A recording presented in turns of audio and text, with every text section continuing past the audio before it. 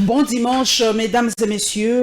Le plaisir pour moi est double car je reçois une dame.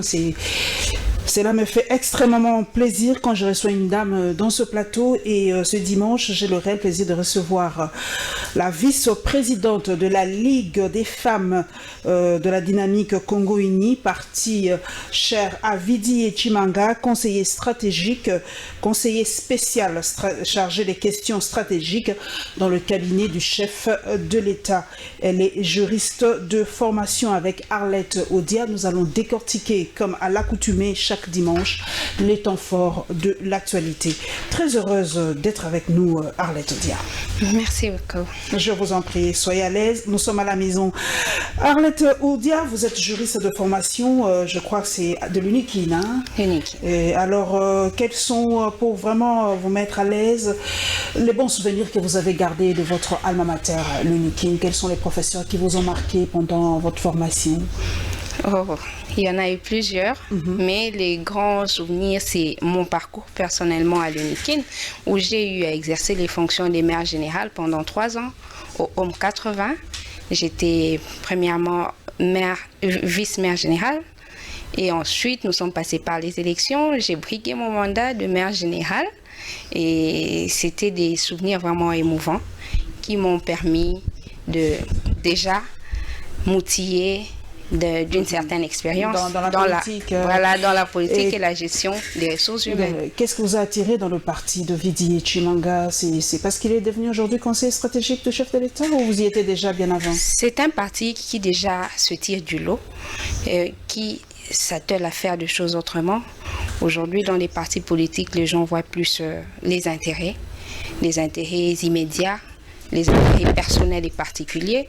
Mais chez nous, c'est vraiment une école de formation où on se met autour de la table pour réfléchir sur les questions des leurs, sur les enjeux, les jeux politiques, sur comment transformer exactement le social du Congolais, parce que c'est ça vraiment la préoccupation de notre peuple.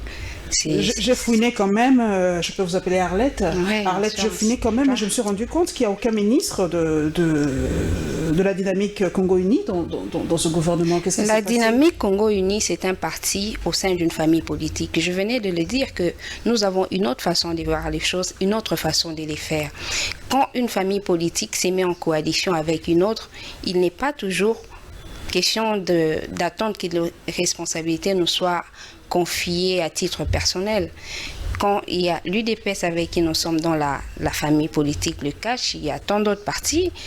Quand les animateurs ont été choisis au sein de ces formations politiques, c'est tout de même pour nous. Nous sommes tous en train de travailler. Vice-présidente de la Ligue des femmes, les femmes dans les partis politiques, beaucoup disent elles n'émergent pas, elles sont comme des effets de décoration, elles sont là pour acclamer le président, elles sont là pour mettre les pannes quand le président arrive et tout ça. Est-ce que les femmes dans la dynamique Congo Uni, qu'est-ce qu'elles jouent comme rôle? Est-ce qu'elles sont dans les organes décisionnels du parti, elles prennent vraiment des décisions aussi et tout ça, ou vous êtes là comme des ornements tout simplement? Pas du tout. La dynamique Congo Uni, c'est un parti qui met un accent particulier sur la femme. Le président, qui aujourd'hui est l'autorité morale, j'aimerais bien le dire ceci parce qu'il a pris du temps à créer le parti. C'est l'initiateur. Il a vu que la femme avait un rôle particulier qu'elle joue dans notre société. Et il faudrait, dans le parti politique, lui responsabilité. Au sein de notre parti politique, vous verrez que le secrétaire général, c'est une dame. C'est une avocate. Parmi ses adjoints, il y a une dame aussi. Il y en a dans la Ligue des femmes, naturellement, dans la Ligue des jeunes. il y en a aussi dans toutes les structures du parti. Voilà. Donc, la dynamique Congo Uni se porte très, très, très bien à vous entendre parler. Nous allons donc prendre le tout premier sujet. Nous allons aller un peu dans nos provinces.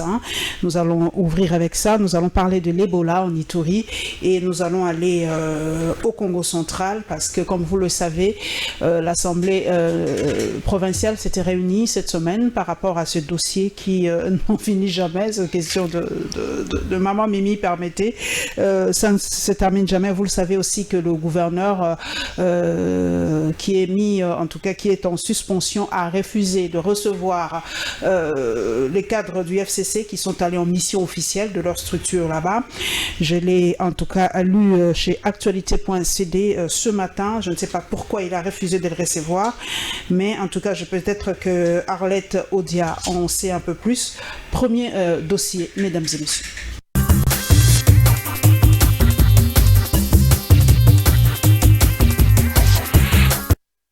La maladie à virus Ebola continue de frapper dans l'actuelle province de l'Ituri. Le dimanche 22 septembre dernier, le médecin-chef de zone de santé de Mambasa a signifié que entre mercredi et vendredi 20 septembre dernier, 9 cas positifs d'Ebola ont été enregistrés à Boutama.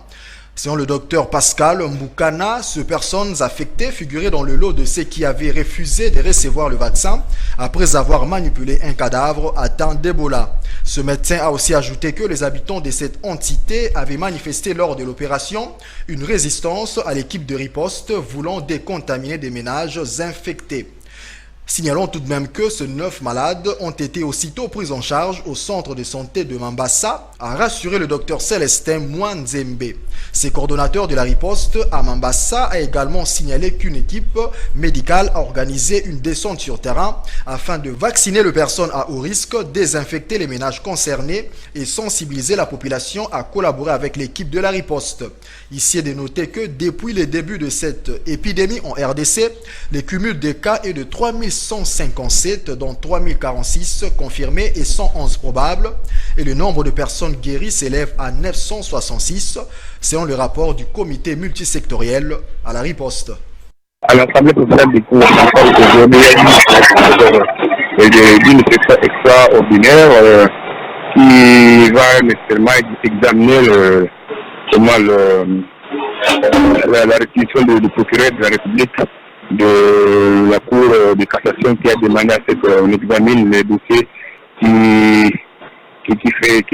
causent beaucoup de salive au Congo central en particulier. C'est-à-dire il y a un dégât qui a été commis à la sommet de la province du Congo central.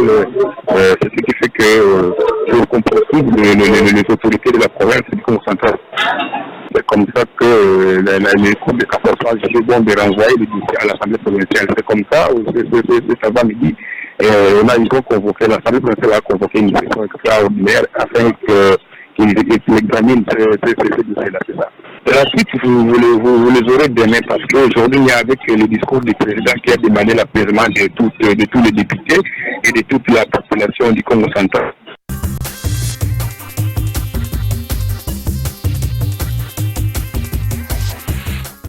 Arlette, l'Ebola en Ituri, dans l'est de la République démocratique du Congo, plus de 3000 cas déjà, 966 cas guéris, mais cet Ebola perdure, ça fait déjà plus ou moins 2 ans que nous avons cette maladie. Vous êtes de la Ligue, vice-président de la Ligue des femmes, est-ce que vous en parlez dans votre ligue? Est-ce que les gens connaissent un peu cette maladie? Mais de temps en temps, on en parle. C'est une maladie qui a vraiment laissé beaucoup de familles endeuillées. C'est déjà l'occasion pour moi ici de présenter encore des condoléances et manifester toute la compassion à ces familles qui ont perdu les leurs.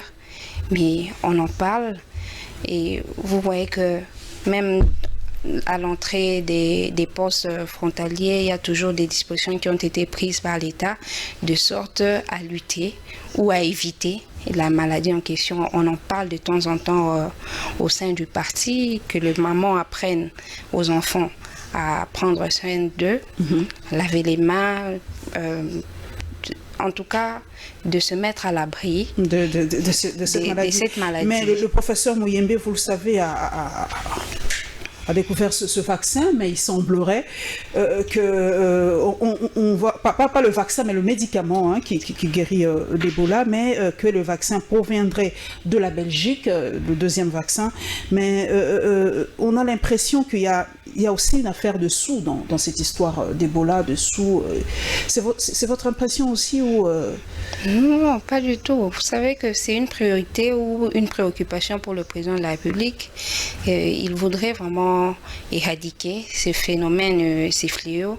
Vu les temps que cela a pris dans notre pays, je pense qu'il est tout à fait normal pour les docteurs Muyembe et toute son équipe de prendre le temps qu'il faut pour trouver tous les mécanismes de sorte à vraiment l'éradiquer. Les moyens sont disponibles, les moyens humains, les moyens financiers. Je pense que c'est une question de temps, mais ça ne prendra plus longtemps. En tout cas, bravo au docteur Muyembe parce qu'il est connu en Afrique. Il a quand même aidé certains pays de l'Est à l'époque, de l'Est de l'Afrique, quand l'Ebola s'est vissé là-bas. Et ici, chez nous, vraiment, nous espérons que d'ici 2021, parce qu'il y aura les Jeux de la francophonie ici en République démocratique du Congo, qu'on cesse de stigmatiser notre pays. La RDC n'est pas le pays de l'Ebola. C'est une épidémie qui arrive. Dans un futur très proche, nous l'espérons bien. Nous allons au Congo central. Cette affaire de revenge porn qui a abouti même à une vote ou je ne sais vote sanction au Congo central. Quelle est votre lecture de cette affaire? Vous êtes une femme et il y a même une internaute qui m'a dit que non, c'est la femme qui a payé le prix fort dans cette affaire et tout ça parce que les hommes sont là de toutes les façons. Vous croyez qu'il y a eu injustice, qu'il y a eu sexisme dans cette affaire? Vous êtes juriste aussi. Comment on pouvait en tout cas juger cette affaire selon vous? Aux premières nouvelles, nous nous étions sentis personnellement touchés parce qu'il était question d'une femme qui avait dénoncé un viol. Vous savez que ce n'est pas toujours facile pour les femmes de dénoncer les viols, surtout dans les harcèlements, ainsi de suite dans les milieux professionnels, parce que souvent, il y a même des représailles sur les plans de la société. On le juge toujours d'une certaine manière. Surtout les femmes politiques, vous qui êtes politique, on dit aussi dans le monde politique, c'est assez... c'était avoir comme un très grand courage de la part de Madame Mimi. Mais avec le temps, il y a eu ce qui est arrivé. Des révélations. Il fallait absolument que le procureur général intervienne. Et c'est ce qui a été le cas. Mais avec le temps qui s'est écoulé, on s'est rendu compte qu'il s'agissait d'autres révélations. D'un coup monté selon certaines sources du gouverneur. Et du coup, il fallait mettre des gants parce qu'on ne savait pas réellement ce qu'il en était. Mais à l'heure actuelle, je pense que comme la procédure, elle était encore au niveau du parquet général, même si les députés n'ont pas donné leur accord pour la levée des immunités, ça ne pourrait... On n'a pas compris d'ailleurs. Ça ne pourrait... Les hommes, on a dit que c'est la solidarité masculine, mais bon, on n'a pas compris. Les choses, moi, personnellement, je ne les vois pas de cette manière-là. Parce qu'aujourd'hui, on doit comprendre que les temps ont changé. Autre temps, autre mœurs. Le régime, aujourd'hui, on parle d'honoraire. Pour ne pas parler du régime honoraire, on avait acquis une certaine habitude où les politiques les interférer dans l'administration, dans la justice, ainsi de suite. Aujourd'hui, on doit comprendre que les temps ont changé. Quand la justice fait son travail, on lui laisse et on n'ingère pas au regard du respect de l'indépendance de la justice. Et de l'autre côté, les députés qu'ils soient nationaux ou provinciaux, mais parce qu'ici on parle des députés provinciaux, ils doivent toujours savoir quelles sont les aspirations du peuple.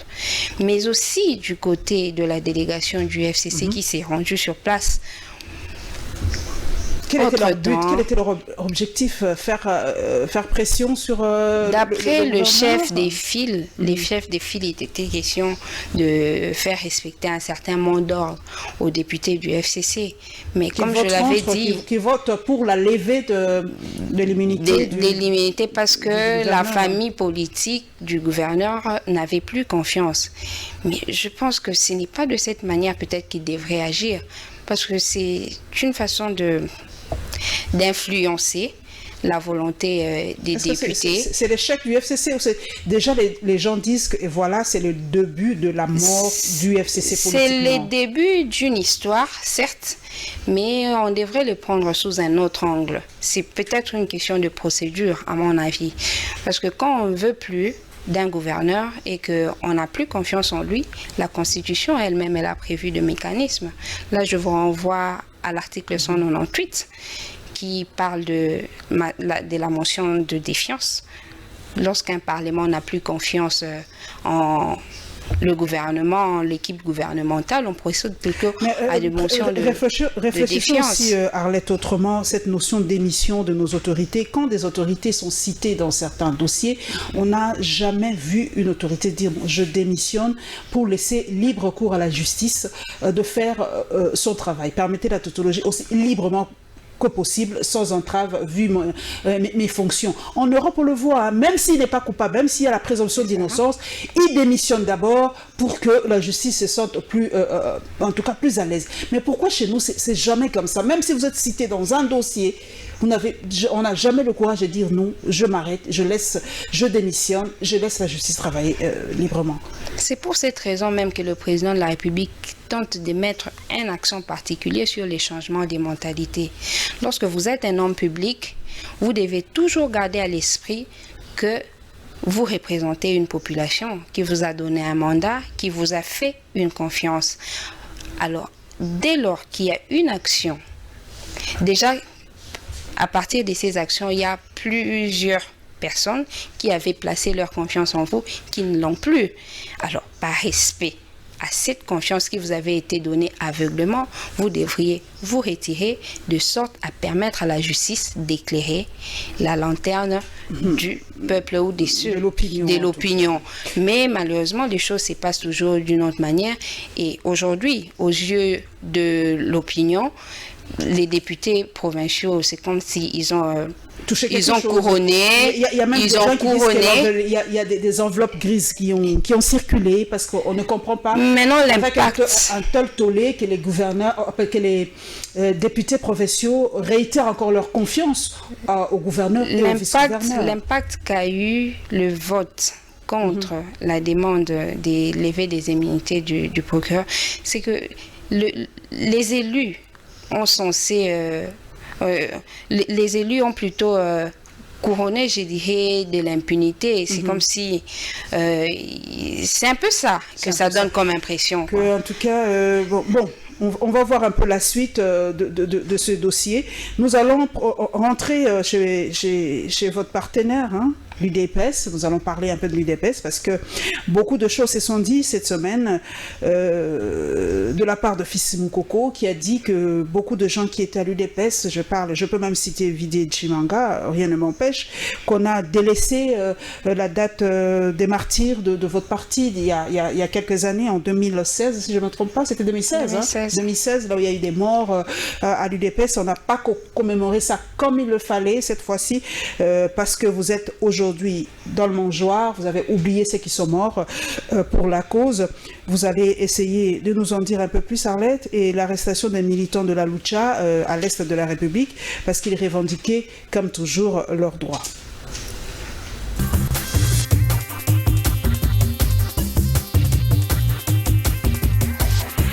Lorsqu'on veut changer les choses, on n'attend pas de réunir tous les moyens. 100 $ américains, c'est la somme qui a été remise à quelques veuves de Kisenso pour booster leurs petites économies.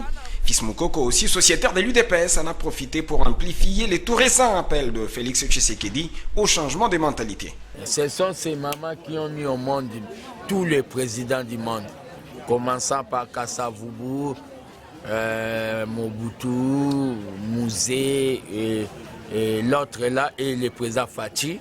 Ce sont ces mamans qui l'ont mis au monde. On est venu partager l'information avec les mamans de la vraie réalité de l'évolution politique.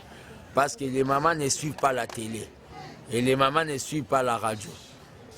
Mais les mamans ont contribué pour le combat pour que l'UDPS soit aujourd'hui un parti au pouvoir. Dans le cadre de ce qu'on appelle les micros, la Banque du progrès social, nous avons fait un geste symbolique au nom du président de la République, au nom de tous les gens qui ont la compassion. Un geste de 100 $, c'est le bol de la veuve.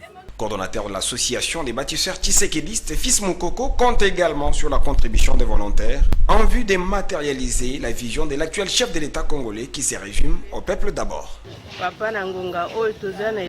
Ils sont au total 36 militants de la Lucha transférés lundi 23 septembre à la prison de Munzenze pour avoir manifesté devant le siège de RTL à Goma. Une situation inadmissible pour l'activiste pro-démocratie Benjamin Chikangu, membre de la Lucha section Kinshasa. Leur situation est un peu, en tout cas, tellement déplorable. Bien sûr, ils veulent nous faire taire, nous réduire au silence, mais je ne pense pas que nous allons encore lâcher. Nous allons poursuivre avec des sit-ins jusqu'à la fin afin d'obtenir leur libération et aussi la réduction des coûts et l'amélioration des qualités de leurs services. Même ici, d'ailleurs, déjà hier, nous avons saisi l'ARTPC pour qu'il convoque une réunion tripartite entre la Lucha, l'ARTPC ainsi que les sociétés de télécommunications pour pouvoir trouver une issue heureuse. Bien sûr que nous avons déjà mené cette démarche, mais nos revendications n'ont pas été prises en compte. Oui, nous savons bien que le président de la République est en train de prôner l'état de droit, la démocratie, les droits humains. Alors, voir nos amis, en tout cas croupir dans une manifestation pacifique, être arrêtés, torturés, tabassés, ça nous fait tellement du mal et puis nous interpellons à la conscience de chacun de pouvoir prendre ses responsabilités. Benjamin Chikangu salue la démarche du ministère des Droits humains, estimant qu'on doit passer à l'acte. Bon, le ministre a fait cette déclaration et puis c'est une déclaration que nous encourageons et ça a été quand même une bonne déclaration pour nous. Mais jusqu'à preuve du contraire, nous n'avons pas vu des actions concrètes. Ce mardi, la Lucha a organisé d'autres manifestations au siège de RTL à Bukavu au Sud Kivu et à Butembo dans le Nord Kivu.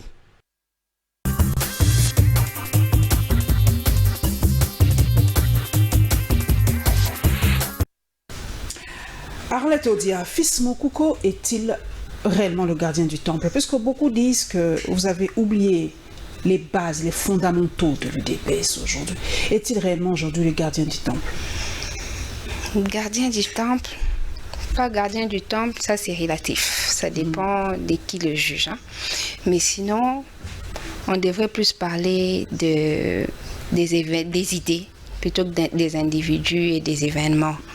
Dire qu'on a oublié ou qu'on a négligé le combat de ceux qui sont tombés pour l'arrivée de la démocratie en RDC, en tout cas, ce n'est pas le schéma de la dynamique Congo Uni. On ne vous a pas vu, hein, ce jour-là, bien sûr que manifestation, nous avons été là, à la messe organisée par l'UDPS.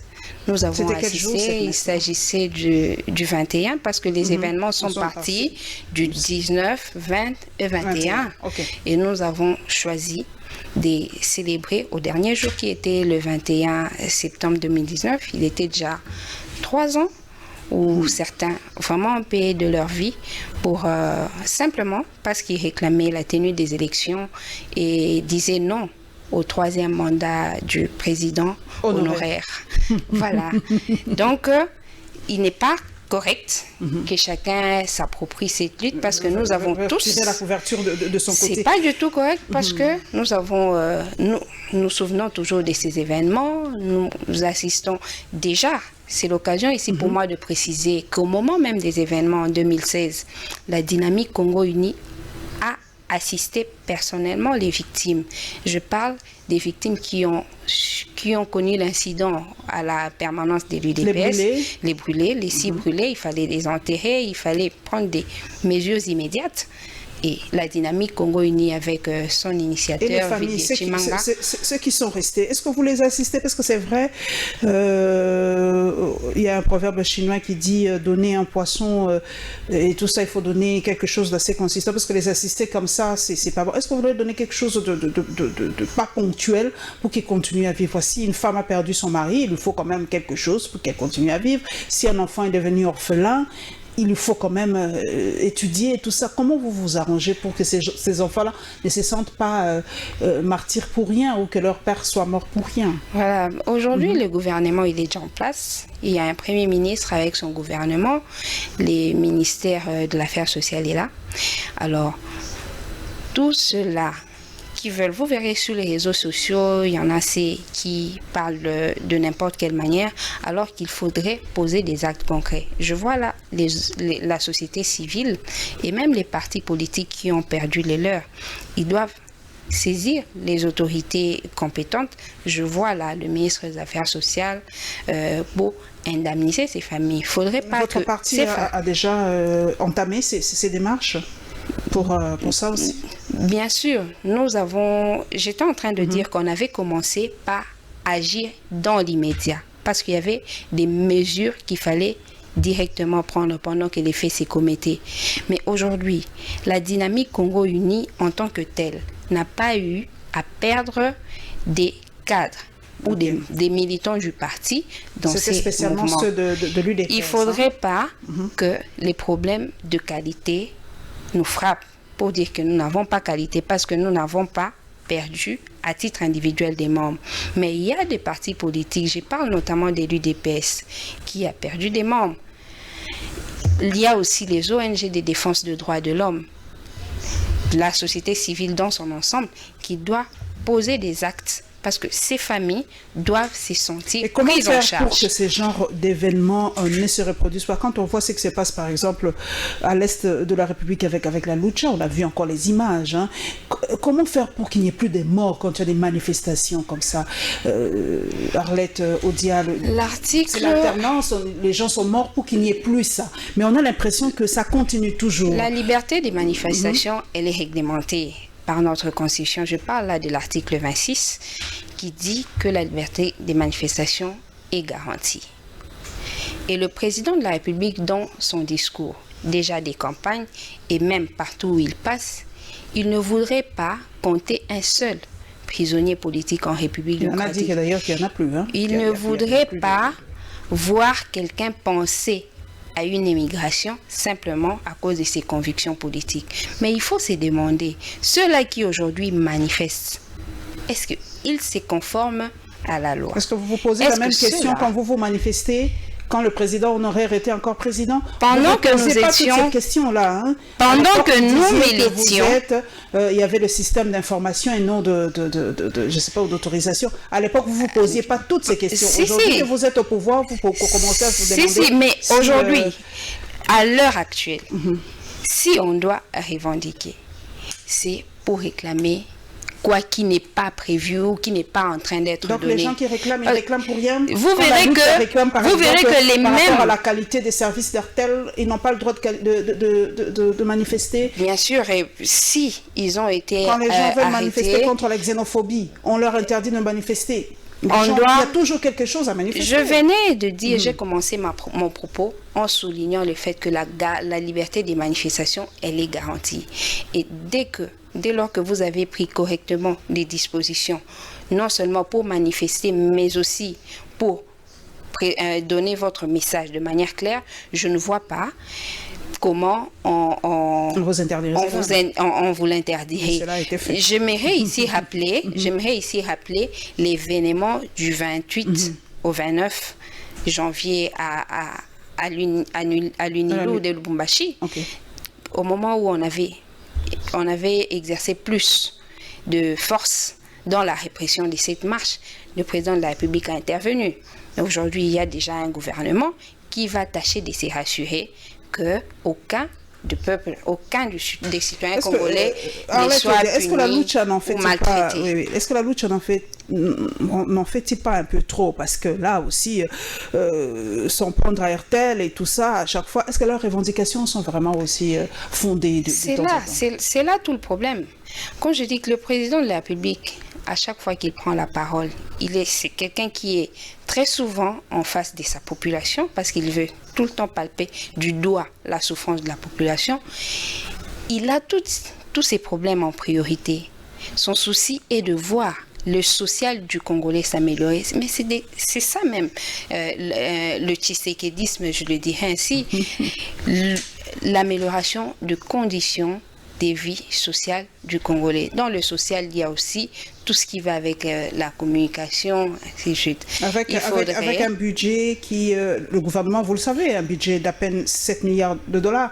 Donc, ce sera la même chose. Bonnet, bonnet, avec le président honoraire, avec le nouveau président. C'est de loin mieux que le budget de l'année passée, années passées. C'était à combien? Ça nageait vers 4 milliards, 5 milliards? Voilà, aujourd'hui. Donc, seulement que les propositions, on ne sait pas si on atteindra aussi ces 7 milliards de toutes les façons. On va les atteindre et aller au-delà, bien au-delà, parce que les besoins de la population sont énormes. Avec les rétrocommissions, on ne sait pas trop, mais comme nous entrons dans ce projet, prochain sujet, le français aussi est compliqué, prochain sujet, la rétrocommission, parce que ce sujet a fait couler encore beaucoup d'encre et de salive, la rétrocommission, beaucoup de gens, j'ai un juriste avec moi, est-ce que c'est légal? Parce qu'il y a eu vraiment un lever de bouclier par rapport à la rétrocommission. J'ai reçu quelqu'un la fois passée qui m'a dit la rétrocommission, c'est une forme de concussion, c'est de la fraude, c'est de la mafia et tout ça. Et le CLC aussi a réagi par rapport à la rétrocommission.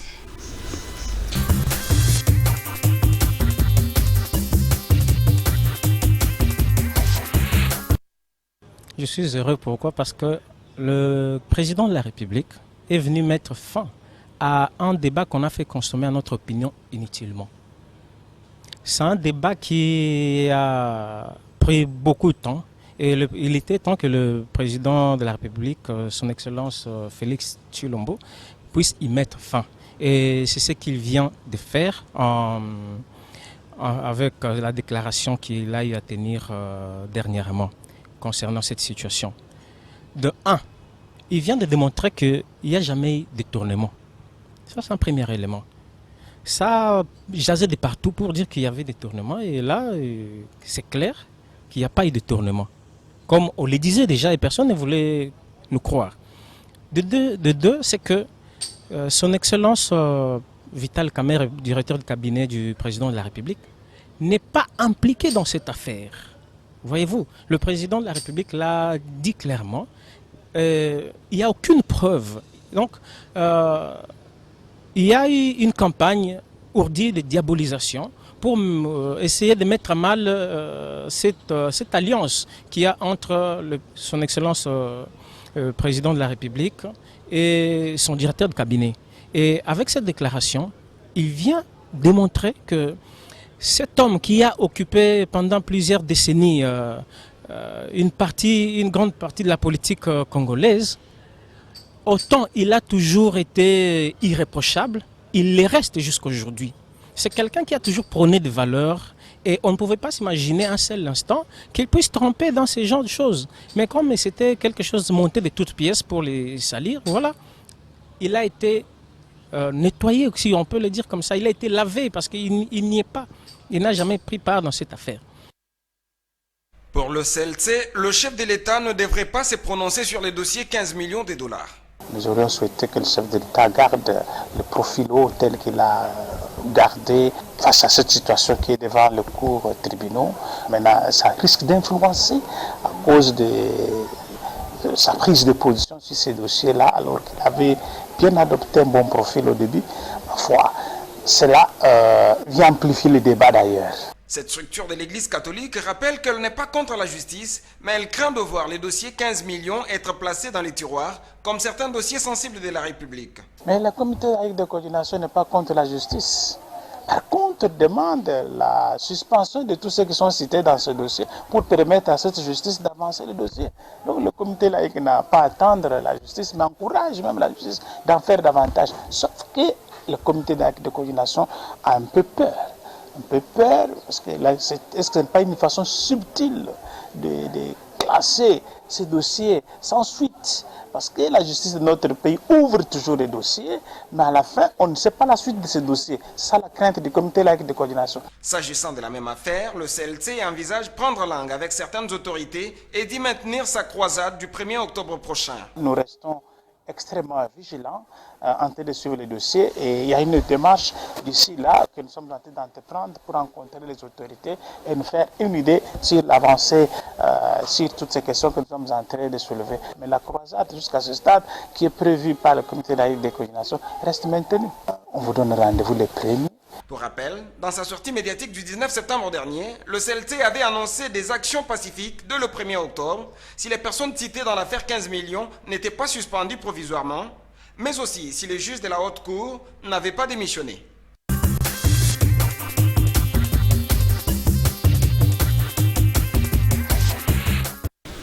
C'est ça la beauté de Congo Web Télévision, deux points de vue tout à fait contradictoires par rapport à ce dossier de 15 millions. Le cadre de l'UNC parle d'une machination, d'une diabolisation de Vital Kamerhe, une façon de vouloir mettre de l'eau dans la coalition UNC-UDPS. Le CLC dit non, c'est une façon subtile du chef de l'État de dédouaner son directeur de cabinet par rapport à ce dossier de 15 millions. Il fallait que le chef de l'État ne dise pas un mot par rapport à ces dossiers. Vous êtes juriste. Nous commençons d'abord, tout premièrement, Arlette Odia. Rétrocommission, c'est quoi en fait? Parce qu'il y a plusieurs réponses, une Bible, plusieurs interprétations, vous connaissez les juristes. Donc, c'est quoi la rétrocommission en fait? La rétrocommission, autrement dit, la COP, comme l'a dit le chef de l'État. Voilà, mais c'est à tort que les gens voudraient faire croire qu'il s'agit d'une infraction, parce que déjà, on ne vous dit pas que rétrocommission égale concussion, égale corruption. Une forme de corruption, une forme de concussion. C'est par là qu'on doit revenir sur le fait qu'en droit pénal, l'interprétation est stricte. Soit c'est une infraction, soit ça ne l'est pas. Okay. Mais dans les cas d'espèce, la rétrocommission n'est pas une infraction au sens de la loi. Mais qu'en est-il?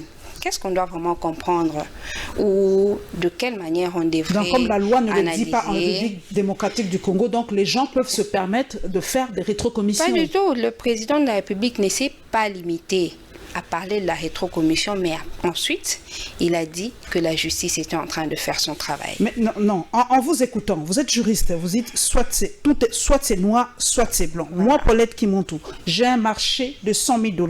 J'ai dit, donnez-moi une rétrocommission de $10 000. Bon, quand parce que légalement, il n'y a rien, c'est pas prévu. Comme notre loi ne parle pas de rétrocommission, je peux le faire. Même côté éthique, moral et tout, je m'en fous. Comme la loi ne l'a pas dit, je peux me le permettre. Comme les gens l'ont permis la RDC. Pourquoi les enquêtes doivent se poursuivre? C'est justement parce que les premières impressions qu'on a de l'affaire peut être des rétrocommissions, mais à l'issue de l'enquête, on se rend compte qu'il s'agit d'une infraction qui a été commise. Mais avant la fin de ces poursuites, de cette enquête, il faudrait se limiter à l'aspect plutôt social du terme. Parce que quand le président de la République en a parlé, c'était pour calmer l'opinion. Vous savez que cette histoire de 15 millions avait tellement fait couler d'encre et des salives. Le président de la République était face à la presse, face à l'opinion, il devrait dire quelque chose. Moi, je ne suis pas de l'avis de ceux qui pensent que l'intervention du président de la République donnerait une certaine orientation à la justice. Déjà qu'il dit qu'il ne veut pas de la justice. Vital Kamerhe dans cette histoire. Pas du tout. Il ne veut pas de la justice faite par le président ou à la présidence de la République. Il nous a dit tous que la justice va faire son travail et elle va éclairer suffisamment quand le chef de l'État parle sur la place publique, sur le plan international, que COP, c'est une habitude de Congolais de temps en temps, est-ce que ce n'est pas une façon aussi de vendre, comment je peux me prononcer, négativement? Mais il n'a pas seulement dit de la RDC. Il n'a pas seulement dit qu'il s'agissait d'une habitude chez nous, mais c'était des mauvaises habitudes qu'on doit combattre. Et le combat, vous le savez, c'est toujours progressif parce que la mentalité était tellement ancrée dans la vie au quotidien. Donc, c'est quelque chose qu'on va combattre progressivement. C'est qu'a dit le président honoraire, c'était son échec, il n'a jamais réussi à changer la mentalité du Congolais. 18 ans après, et le président Tshisekedi dit fera le contraire. Fera le contraire. Voilà. Vraiment, nous l'espérons. Mais nous restons dans cette histoire de 15 millions. Comme la rétrocommission n'est pas écrite explicitement dans la loi, donc comment on peut juger cela? Vous êtes juriste, comment on peut le dire? C'est quoi en fait? Si la rétrocommission n'est pas écrit explicitement dans la loi, c'est quoi alors? C'est une forme de détournement? C'est quoi alors? Je ne sais pas comment l'explication claire que j'ai n'existe pas ou quoi? L'explication claire que j'ai de ces mots, c'est seulement que c'est une mauvaise habitude qui a pris place dans notre pays, que l'on doit stratégiquement combattre, parce que c'est lui qui s'arrange à soutirer de fonds par rétrocommission, c'est déjà comment il va défendre son acte. Il prend tout son temps pour donner de la bonne forme à cette situation, mais je pense que avec la sagesse du président et les différents le chef de l'État se bat d'ailleurs pour que les investisseurs puissent revenir en République démocratique du Congo, puissent en tout cas y mettre leur argent entre guillemets dans certains secteurs de la vie, mais avec cette histoire de rétrocommission, c'est vrai que c'est maintenant sur la place publique, c'est une mauvaise habitude des Congolais. Comment on peut sanctionner cela maintenant? Parce qu'il faut, comme c'est une habitude, vous êtes juriste, on dit que la loi précède quoi? Je ne sais pas. Les faits. Les faits précèdent la loi. Merci. Je ne suis pas juriste de formation, j'en ai devant moi, mais on a quand même quelques notions. Est-ce qu'on ne peut pas aujourd'hui, Arlette Odia, introduire cette histoire de rétrocommission? Parce que quand un investisseur vient avec 1 million, vous lui dites que nous, j'ai droit à mes 10% et tout ça. Il faut quand même que ça entre dans la loi maintenant, parce que c'est un fait habituel des Congolais. On ne peut pas laisser un vide juridique dans cette histoire. Rétrocommission, pas de porte, des histoires. Il faut que une commission soit mise en place. Là déjà, je pense à l'agence de lutte contre la corruption qui sera sur laquelle le président de la République est en train de réfléchir.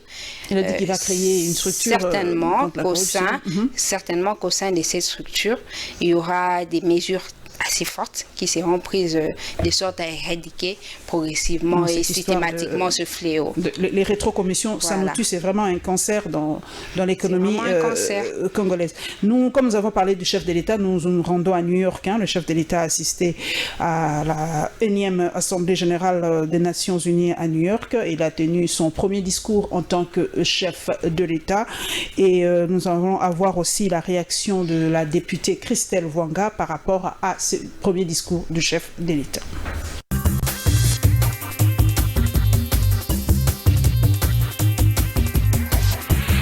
L'éradication de la pauvreté et de la faim relève aujourd'hui de l'urgence. La République démocratique du Congo peut faire partie de la solution avec ses 80 millions d'hectares de terres arables et ses eaux abondantes capable de nourrir plus de 2 milliards d'individus. Le défi de l'accès à une éducation de qualité pour tous, second sujet du thème de la présente session, nous interpelle tout particulièrement car l'expérience du développement des décennies post-indépendance a renforcé notre conviction qu'il n'est de richesse que l'homme. C'est pourquoi depuis 2011 déjà, nous avons fait nôtre l'idée forte de l'agenda 2030 de ne laisser personne pour compte. Leave no one behind. À travers notre engagement bien connu de mes compatriotes intitulé « Le peuple d'abord ». Les grandes priorités sociales de mon mandat sont définies comme suit. Rendre effective la gratuité de l'éducation primaire dans l'enseignement public tel que l'exige la Constitution de mon pays. Cet engagement est effectif depuis le début de ce mois sur toute l'étendue du territoire national. Il portera en une année la part des dépenses d'éducation de 8% à près de 20% du budget de l'État, soit un niveau proche des standards recommandés par l'UNESCO. Promouvoir une meilleure adéquation entre l'enseignement et l'emploi à travers une stratégie de formation technique et professionnelle ambitieuse, conçue et mise en œuvre en partenariat avec le secteur privé. Ce n'est pas une vérité absolue. Mike Moukeba est en prison, on peut nous dire pourquoi? Pourquoi Mike Moukeba est en prison? Il y a certains Congolais qui sont en dehors du pays comme Salomon Escadela. Aujourd'hui, il n'est pas encore rentré. Il faut nous dire pourquoi il est emprisonné dehors aussi. Peut-être c'est une intention, mais ce n'est pas encore une vérité. Quels sont ces compatriotes qui peut instrumentaliser la justice? Quel est ces compatriotes qui peut faire à ce qu'un président de l'Assemblée provinciale puisse lever rapidement les immunités d'un parlementaire? Quels sont ces compatriotes? Qu'est-ce que Mike Moukebaye a dit? À ce que nous savions, Mike Moukebaye il y a le compatriote Mwananteba, il y a le compatriote Molendo Sakombi qui est aujourd'hui ministre. Il aurait dit que c'est un men. Men en anglais, ça veut dire un homme. C'est à cause de ça qu'on va arrêter quelqu'un. C'est à cause de ça qu'on va dépouiller un député de toutes ses immunités. Nous demandons simplement au président de créer une justice la même, la vraie pour les riches et les pauvres, pour les forts et pour les moins forts. C'est comme ça qu'on devient un grand président.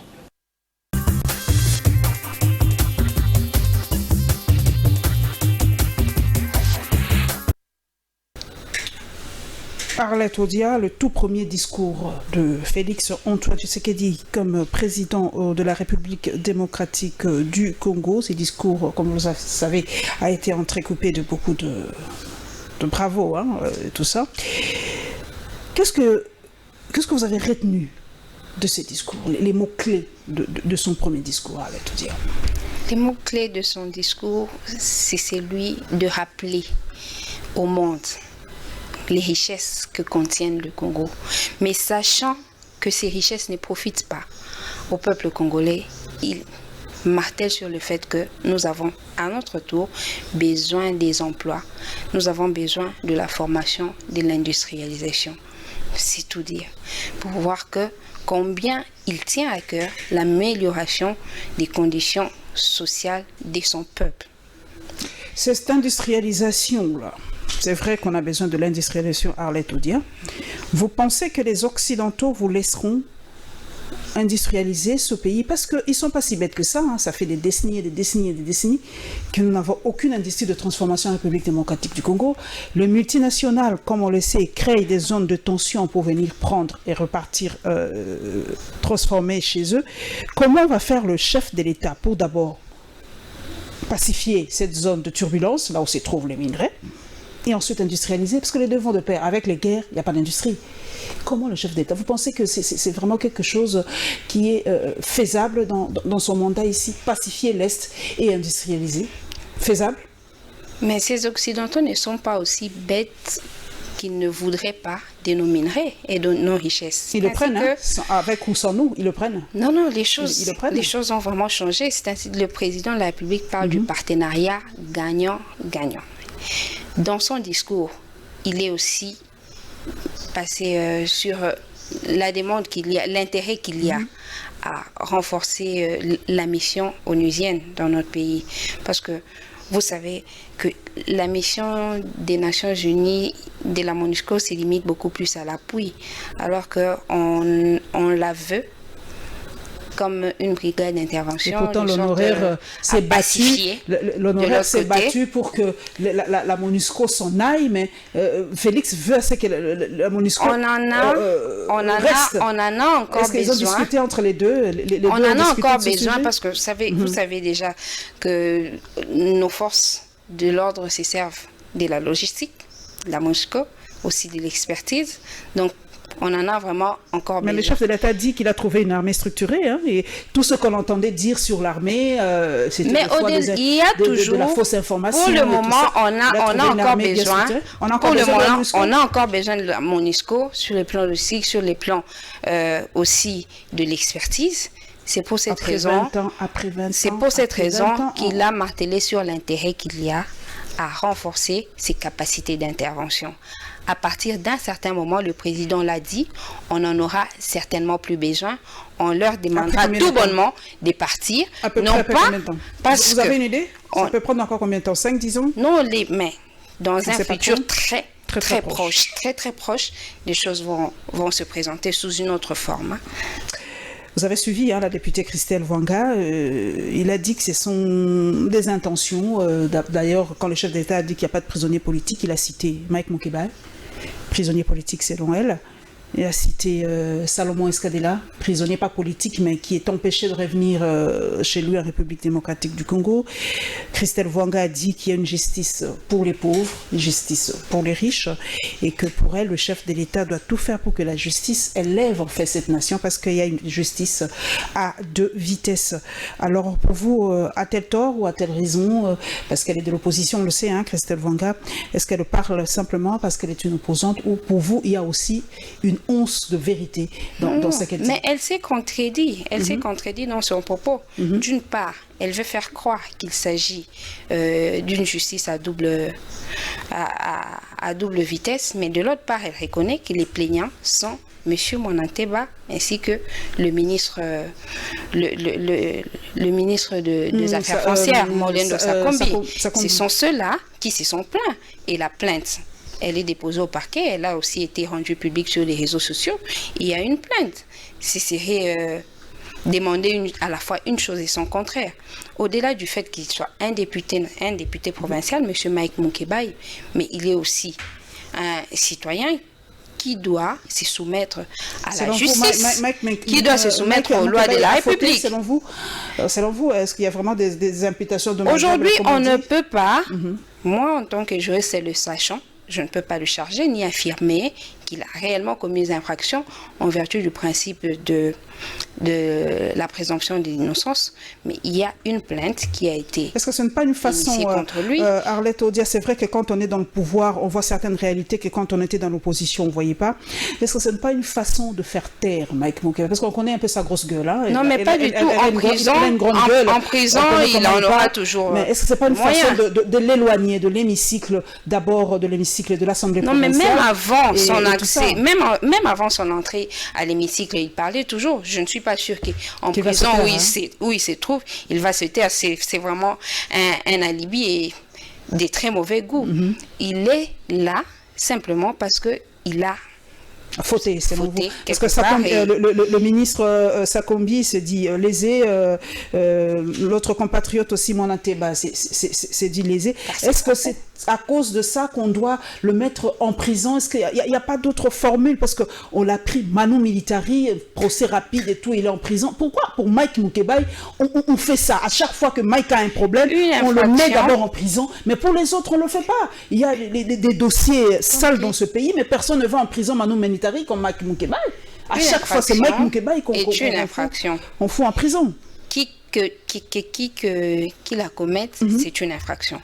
J'aimerais que vous me dites qu'il a été mis en prison pour rien. C'est là qu'on va débattre sur ces sujets. Mais dès lors, il n'y a pas eu de procès. Pourquoi on doit le mettre en prison à chaque fois? Une fois que quelqu'un est accusé devant la justice, c'est le procureur général, le magistrat instructeur qui apprécie de l'opportunité à le mettre. Est-ce qu'il est vraiment un danger public plus qu'un terroriste? Mais on ne sait pas exactement les circonstances qui ont concouru à son incarcération. Il faudrait, vous êtes journaliste, vous pouvez approcher l'instructeur. C'est vrai qu'il s'agit encore d'une phase secrète, parce que c'est l'instruction pré-juridictionnelle, mais le magistrat, c'est... Non, la question, moi, c'est vrai que j'ai un juriste avec moi, je me pose la question. Est-ce que pour attendre un procès, c'est vrai, quelle que soit la faute commise, est-ce qu'on doit impérativement attendre le procès en prison, où il y a d'autres... on paye, je ne sais pas, comment on appelle ça? La caution. La caution, voilà, merci Madame la juriste, on paye la caution. Est-ce que Mike, il doit toujours attendre ses procès en prison? Parce que là, on dit vraiment, c'est une intention de le museler, une intention de le mettre à l'écart, et tout ça, à chaque fois, un petit problème, que ce soit imputation dommageable, tout, Mike doit être en prison. Heureusement que vous parlez de l'intention. Oui. Au-delà de l'intention, il y a de la vraie vérité. Et moi, en tant que juriste, dès que je vois une personne incarcérée, je comprends directement que le magistrat instructeur a eu des raisons suffisantes. Parce que ce magistrat, il a la connaissance de la Constitution qui consacre la liberté comme une règle et la détention comme une exception. Mais pourquoi il s'est mis dans cette exception? Simplement parce que lui-même s'est mis dans des conditions d'exception qui justifient son incarcération. Mais c'est pas la fin du monde. Vous voyez, dernièrement, il a déjà écrit pour demander sa liberté provisoire avec ou sans caution. C'est le magistrat qui va apprécier. Ce n'est même pas les présidents de la République. Et à l'issue du procès, on saura s'il est coupable, s'il ne l'est pas. Bonne chance à toi, Mike, et sois fort là où tu es en prison. Nous allons continuer avec le même dossier. Nous restons toujours aux États-Unis. Hein. Il y a eu le 5e sommet sur le climat. Vous le savez, la République démocratique du Congo a en tout cas le deuxième grand forêt du monde, la deuxième grande forêt du monde, pardon. Et vous le savez aussi, l'image forte des États-Unis, c'est la rencontre entre Félix Antoine Tshisekedi et le prix Nobel de la paix, le docteur Denis Mukwege.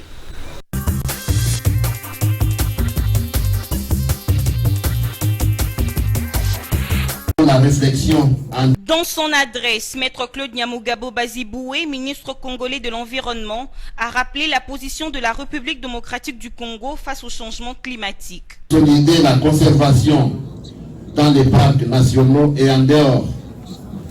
Deuxième temps, continuer de lutter contre les moteurs de déforestation par la mise en place d'un cadre normatif et des investissements suffisants, incitatifs pour changer ces pratiques. Il est également revenu sur la lutte déjà entamée s'agissant de la poursuite de l'objectif de 63% de couverts forestiers d'ici 2030.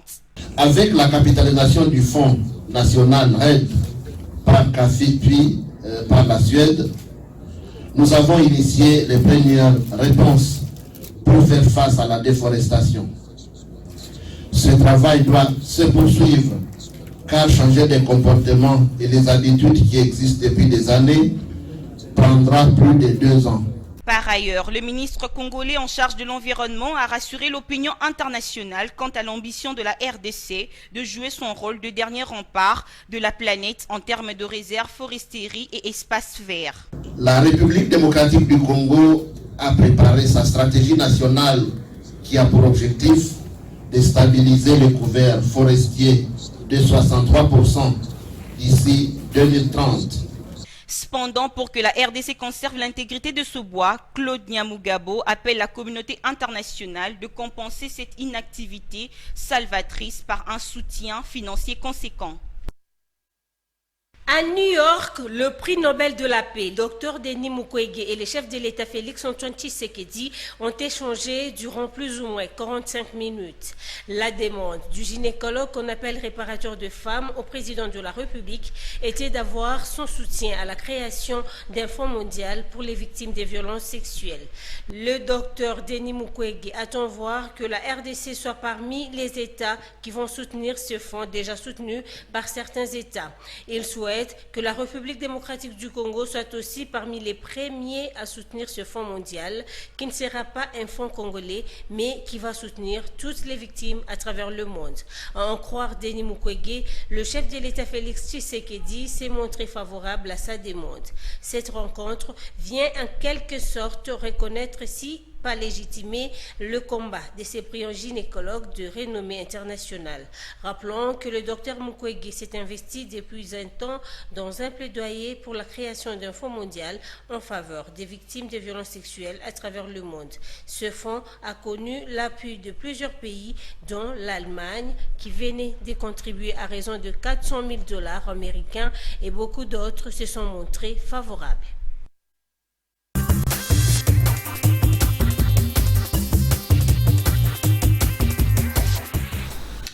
Arlette Odia, nous sommes journalistes, nous voyons un peu ce qu'on appelle les à côté. C'est vrai que cette rencontre a enfin eu lieu entre le président de la République et le prix Nobel Denis Mukwege, mais une internaute m'a dit de vous poser cette question, Arlette, pourquoi cette rencontre s'est faite en Europe, fortuitement d'ailleurs, en Europe. Et pourtant, Denis Mukwege a obtenu ce prix depuis quelques mois déjà, et le chef de l'État est déjà chef de l'État depuis des mois aussi. Pourquoi ne pas l'honorer, même si l'honoraire ne l'a pas fait, pourquoi Félix Tshisekedi ne l'a pas fait ici? Et ensuite, si ce n'est pas ses conseillers, je sais que Vidi Chimanga est conseiller, d'ailleurs ça c'est des questions stratégiques, si ce n'est pas une mauvaise stratégie de ne pas honorer le prix Nobel, l'unique et le premier prix Nobel de la paix en République démocratique du Congo. D'ailleurs, les gens disent que le chef est mal entouré. Moi, je ne mâche pas mes mots, c'est Congo Web Télévision. D'ailleurs, comme j'ai la bouche un peu autorisée de partie de Vidi Chimanga, on dit que les conseillers du chef de l'État ne l'aident pas. Il y a beaucoup trop des histoires sales, entre guillemets, qui sortent du cabinet du chef de l'État. Il y a comment je peux dire, des notes circulaires sur les réseaux sociaux, les notes de voyage dans les réseaux sociaux, et tout. Et on ne protège pas le chef, en fait. Et même ça, comme on dit, la com ne fait pas bien son travail.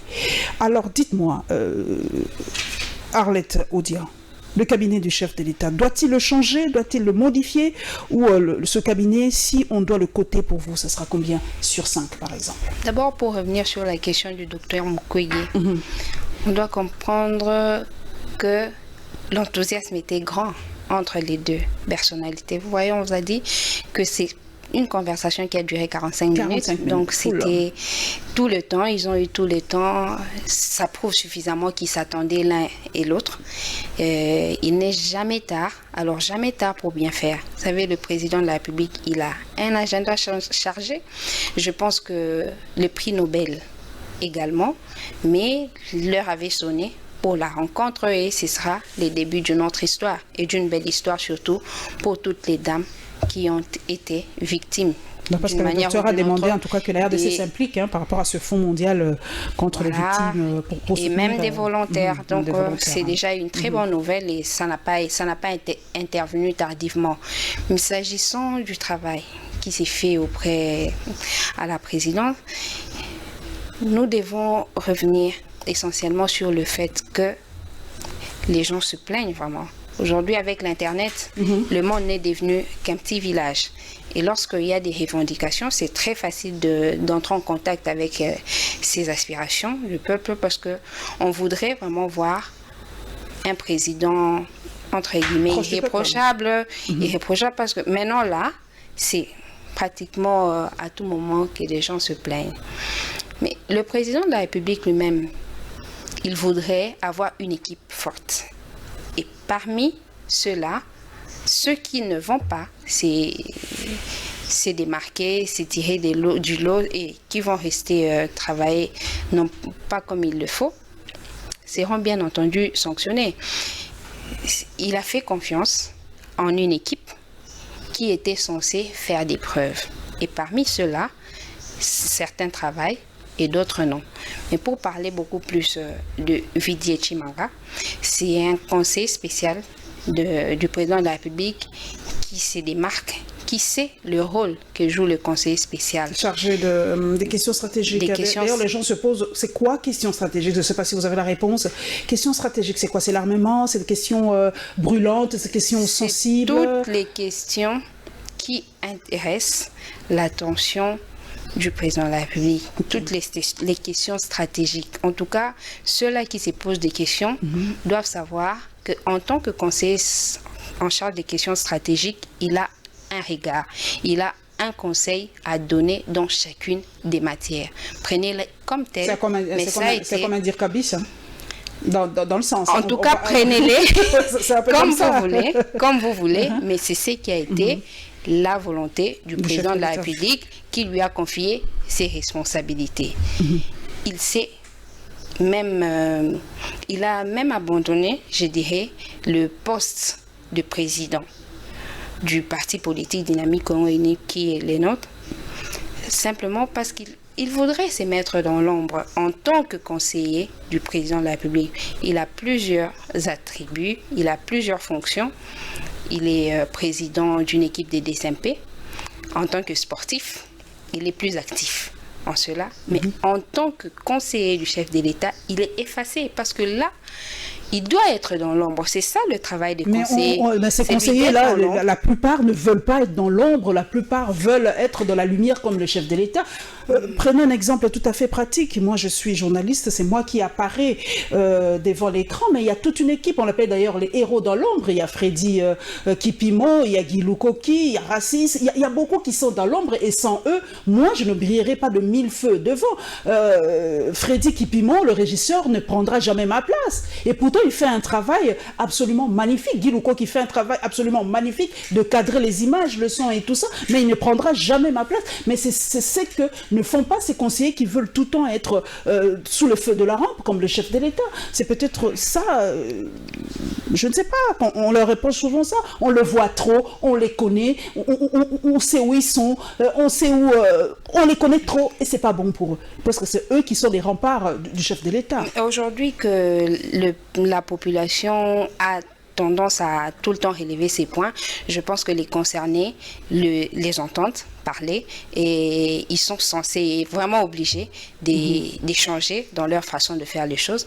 Mais sinon, je pense que le président de la République lui-même, il va prendre des mesures sévères contre cela. C'est vrai que le président de la République a rencontré Denis Mukwege, le prix Nobel. Vous avez dit, bon, il n'est jamais trop tard, je reprends vos paroles, c'est une naissance d'une bonne collaboration. Mais il y a aussi des gens qui disent que non, les violences, les viols, vendent aussi très mal l'image de la République démocratique du Congo. La RDC, c'est le pays des viols encore, et tout ça. Et comment le chef de l'État, selon vous, vous êtes aussi femme, président de la Ligue, vice-président de la Ligue des femmes, pour vous, en tant que juriste, comment doit-on sanctionner un violeur? Parce que sous d'autres cieux, vraiment, on dit, excusez-moi, j'allais entrer en lingala, sous d'autres cieux, on dit on doit carrément castrer les violeurs chimiquement et tout ça, vraiment des décisions assez fortes pour que ces gens ne puissent plus récidiver. Pour vous, en tant que femme, en tant que juriste, comment doit-on sanctionner les violeurs? Le viol en soi, c'est une infraction. Quand on en parle, on ne sait vraiment pas quel contenu donner à ce viol, parce que vous verrez que une victime, lorsque elle a déjà commis, elle est victime, permettez-moi la tautologie, elle se pose plusieurs questions. Dois-je dénoncer? Et quand je dénonce, quel est l'impact que ça donne? Il y a une partie de l'opinion qui pense que elle n'était pas forcée, qui pense que son habillement a incité. C'est vraiment une infraction très complexe. Et pour lutter efficacement contre le fléau, d'une part, on doit rendre public vraiment la répression. Les victimes doivent se sentir prises en charge. Les bourreaux doivent être sanctionnés avec la rigueur la plus forte. Et c'est un peu de cette manière-là qu'on pourrait militer contre. Mais puisqu'on est en train aussi de former une autre génération, les mamans doivent prendre tout leur temps pour former les enfants qui naissent, pour éduquer tant les garçons que les femmes. On oublie souvent d'éduquer les garçons. D'éduquer et les filles et les garçons à savoir respecter la femme, qu'elle soit ta sœur ou non, ta mère ou non, la femme c'est la femme, il faut la respecter. C'est un peu de cette manière-là qu'on pourrait lutter aussi à ce fléau. Nous allons d'ailleurs dans le ministère des Affaires sociales où le ministre a lancé un projet de prévention des violences basées sur le genre, et la participation du ministre de PTNTIC dans un forum en Afrique.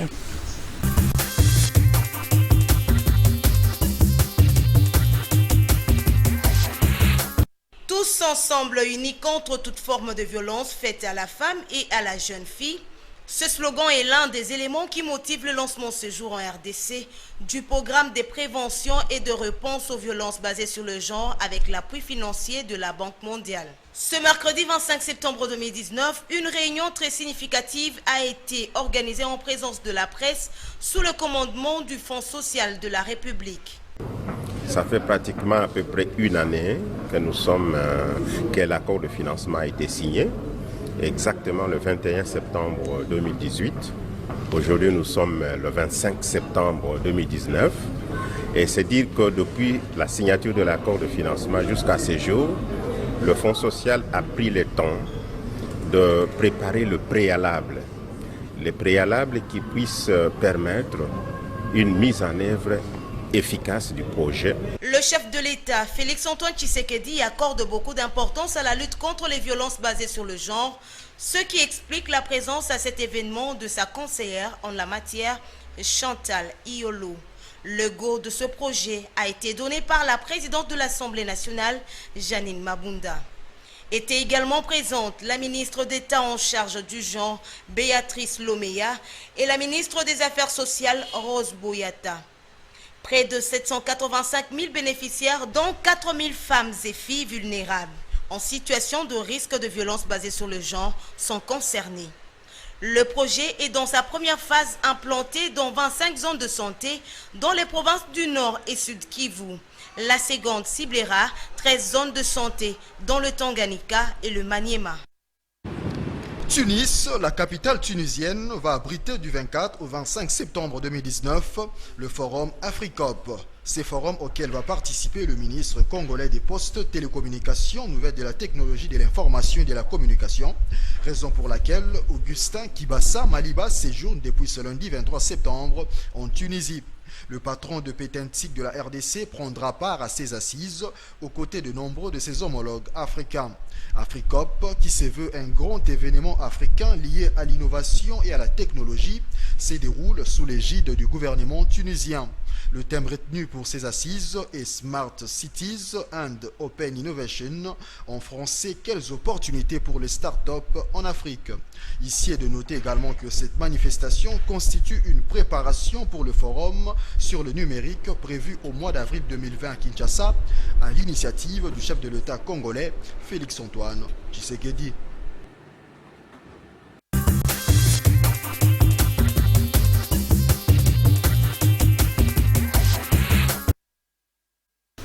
Nous sommes en train d'atterrir doucement à Arlette Odia, le numérique en République démocratique du Congo et dans le monde. Vous avez vu la participation de notre ministre Kibassa en Tunisie dans cette forum africain.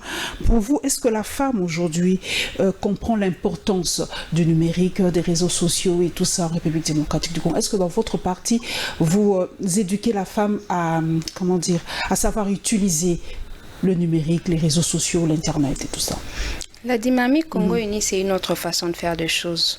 Parmi les secrétaires nationaux, il y en a aussi un chargé du NTIC qui a toute son équipe avec laquelle elle travaille pour communiquer, pas seulement à la femme, mais aussi à l'homme, parce que pour le moment, tout est genré, il y a tout est genré et aussi il y a, faut les reconnaître, un usage abusif des réseaux sociaux ou encore des numériques. Pourtant, c'est une évolution que l'on devrait capitaliser. Communiquer, faire du monde un petit village, plutôt que tantôt de véhiculer des fausses informations, des fake news, des insultes, c'est pas à ça que sert l'Internet, ou encore c'est pas à ça qui devrait servir le numérique. Nous devons l'utiliser autrement. Aujourd'hui, est-ce que vous avez votre parti, sans vous interrompre, parce que nous sommes vraiment en train de courir derrière le temps, je regarde le minutage, la télé, c'est ça. Est-ce que vous avez un portail, votre parti a un portail ou une adresse où vous joindre, ou communiquer avec vous, soit la Ligue des femmes? Est-ce que vous avez une adresse mail, un site où on peut vous joindre, une page Facebook, tout ça? Est-ce que vous en avez? Oui, la page Facebook, c'est Dynamique Congo Uni. Je vais chercher, je suis très bien. DCU. Dynamique Congo Uni. Ok. DCU.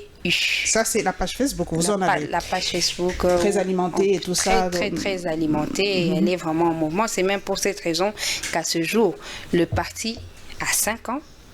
Mais vous le croirez qu'il aurait 10 ans, 15 ou 20, parce qu'il est maintenant étendu déjà sur l'ensemble de la République. Nous couvrons toute la RDC. Vraiment, vous employez très bien le numérique. Voilà. Les startups aussi, on dit que les startups, bon, les Congolais, il y en a beaucoup qui innovent dans le domaine des startups, mais bon, avec les moyens et tout ça, j'espère que le nouveau ministre jettera aussi un coup d'œil à ces jeunes qui inventent ces startups, les applications et tout. Il y a beaucoup de Congolais, même des jeunes filles qui s'emploient dans tout ça. Nous allons donc terminer vraiment en train d'atterrir, mesdames et messieurs. Nous allons prendre un peu le côté sociale.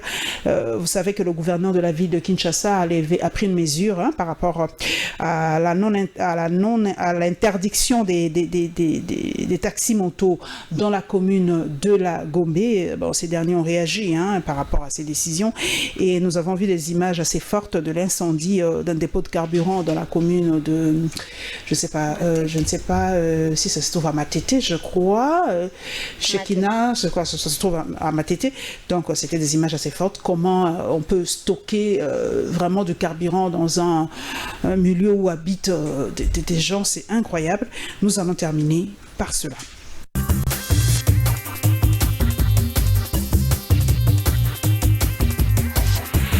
Des taxis-motos ont été peu visibles ce lundi 23 septembre dans la commune de la Gombe, suite à la décision du bourgmestre de cette municipalité interdisant aux motocyclistes de circuler dans toute l'étendue de la dite commune.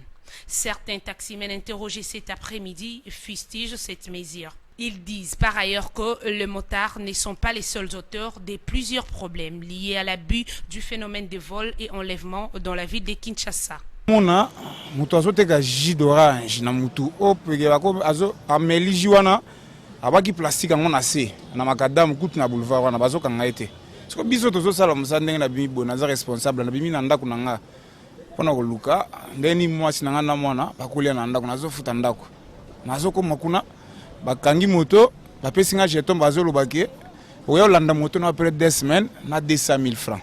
Nous ne savons pas si le Parlement a déjà voté une loi qui interdise la moto à Gombe. Soit le bourgmestre, il dort seulement pour se réveiller le matin, il dit non, que la moto ne puisse pas fouler l'air pas à Gombe. D'autres, par contre, invitent le chef de l'État à plaider en leur faveur auprès de l'autorité urbaine. Là, c'est tout d'abord, Congolais.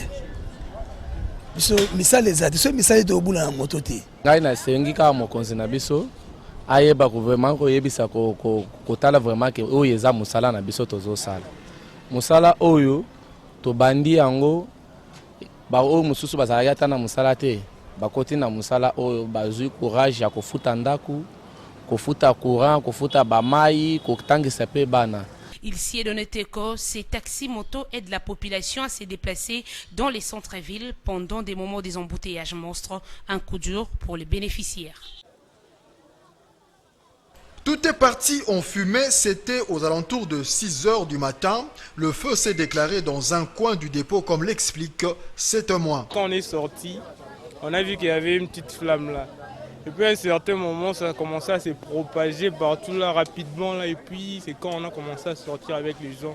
Le feu a commencé juste là, devant là. Et ça a commencé à se propager pendant... Après 2 minutes comme ça, le feu se propageait. Et... tout a brûlé, on a commencé à fuir, on est sorti de partout. Cet habitant du quartier parle quant à lui de mauvaises connexions de câbles de la SNEL. Câble à courant et la SNEL. Il y a soudé. Donc il y a ma belle SNEL en Bogo Sala. Tant que tu es le licolo et quoi na fille à ya chance et pelimoto wana au même donc. SNEL en tout cas nous déplorons ça. Le feu n'a pas non plus épargné l'église centre d'évangélisation charismatique. Voisin au dépôt de carburant, cette fidèle explique. Moto epeli kuna na carburant, te tamba toazo ya po ba sauver biloko ba mususu bazo mi mabake nango. Te perdre biloko ebele ba kiti, ba instrument ebele, ba moto moko ebungi biloko tozala ba machine à coudre te perdre biloko ebele. Signalons que le feu a tout ravagé dans ces dépôts de carburant. Toutefois, un autre dépôt voisin dont les portes sont scellées n'a pas été atteint par le feu.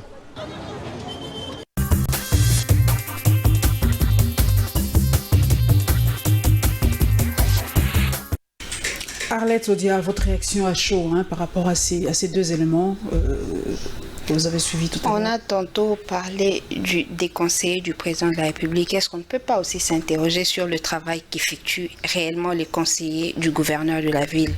Parce qu'il y a maintenant autant de décisions, je ne dirais pas seulement impopulaires, mais dans lequel le peuple ne se retrouve pas. C'est de ça que nous parlons essentiellement aussi à la dynamique Congo Uni. Nous devons réfléchir toujours pour l'intérêt du peuple.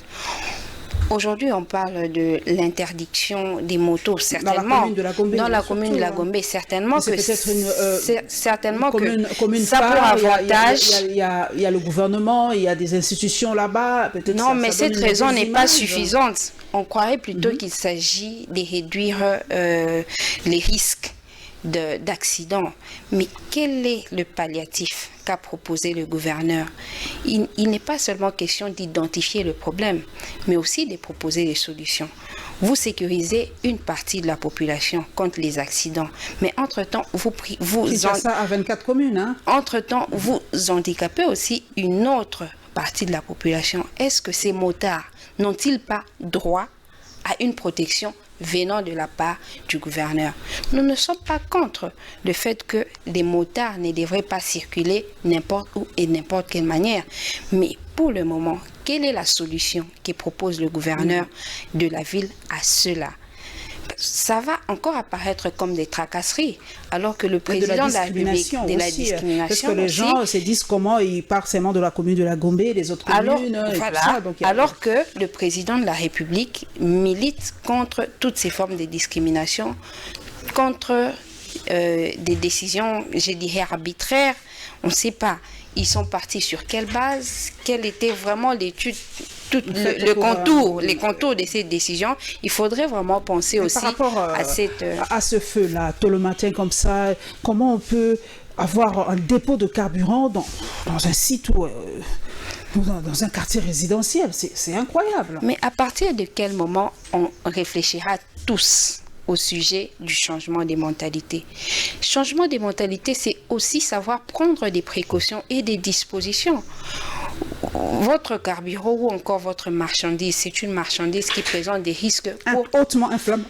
Hautement inflammable. Mais pourquoi n'avoir pas pris des dispositions? Comment on peut se sentir à l'aise pendant que on expose ses semblables à de tels incidents? C'est tellement triste, mais je pense que les services compétents vont prendre des dispositions, mais vraiment des mesures sévères contre les coupables. Il ne faudrait pas encore que des enquêtes soient entamées, qu'elles n'aboutissent pas. À un certain moment, l'opinion a besoin de savoir l'issue des enquêtes. Les sanctions et que l'impunité, en tout cas, cesse dans ce pays. Un tout dernier mot, comme j'ai une femme, en tout cas, c'est cette faveur, je le jette de fleurs. En tout cas, un tout dernier mot avant que l'on se dise au revoir, Arlette Odia.